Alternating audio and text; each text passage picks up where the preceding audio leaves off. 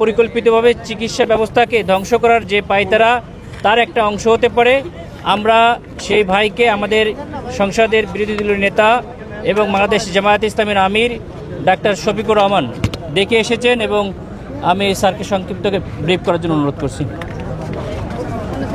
আসসালামু আলাইকুম রহমতুল্লাহ।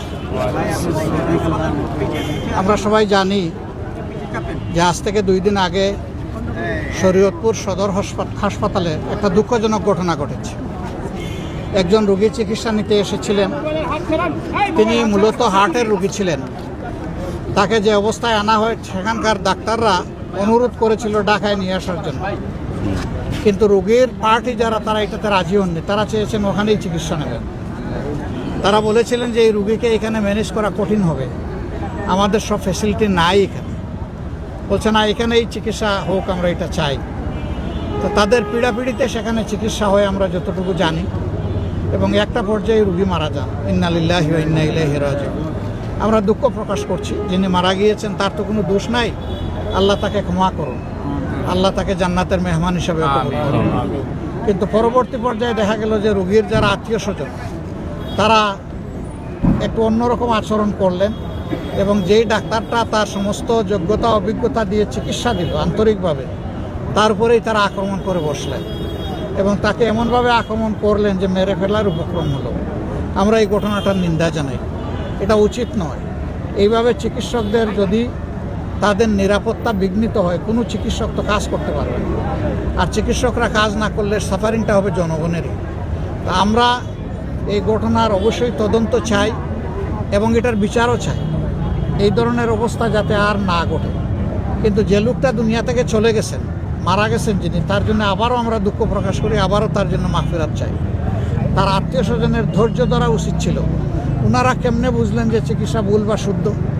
যদি ভুল হয় তাহলে একটা তদন্ত কমিটি, এই ব্যাপারে যাদের অভিজ্ঞতা আছে, তারা তদন্ত করে বলবে যে এটা ভুল বা শুদ্ধ। এইভাবে সবাই যদি আইন নিজের হাতে তুলে নিয়ে বিচার শুরু করে দেন, একটা দেশ সভ্য দেশ হিসাবে গণ্য হতে পারে না। আমরা জনগণকে ধৈর্য ধরার অনুরোধ জানাবো। এটা আমাদের দেশের একটা ব্যাড কালচার। ওয়েস্টার্ন সোসাইটিতে ডাক্তারদেরকে বলা হয় নেক্সট টু দ্য গড। আল্লাহ তাআলা জীবন দেন, আর চিকিৎসকরা চেষ্টা করে তাদেরকে সুস্থ রাখার। এই জন্য তাদেরকে পরম সম্মানে নেওয়া হয়। আমাদের দেশে বিপুল জনসংখ্যা, সেই অনুপাতে আমাদের চিকিৎসক নেই, নার্স নেই, আদার সাপোর্টিং স্টাফ নেই, সেই নিয়েই আমাদের চলছে। এই ঢাকা মেডিকেল কলেজ, মাঝে মাঝে আসি, বিবেকের তাড়নায় মানুষকে দেখতে আসি, তাকানো যায় না। যেদিকে যাচ্ছেন ফ্লোরের মধ্যে রুগীর আত্মীয় স্বজন শুয়ে আছে। এটা কোনো সুস্থ শিক্ষার কোনো পরিবেশ নাই। কিন্তু এটাই আমাদের দেশের বাস্তবতা, আমরা এটাকে অস্বীকার করতে পারছি না।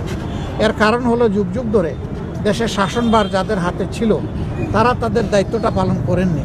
শিক্ষা এবং স্বাস্থ্য দুইটা হচ্ছে মানুষের অত্যন্ত গুরুত্বপূর্ণ পাওনা, রাষ্ট্রের কাছে, সরকারের কাছে।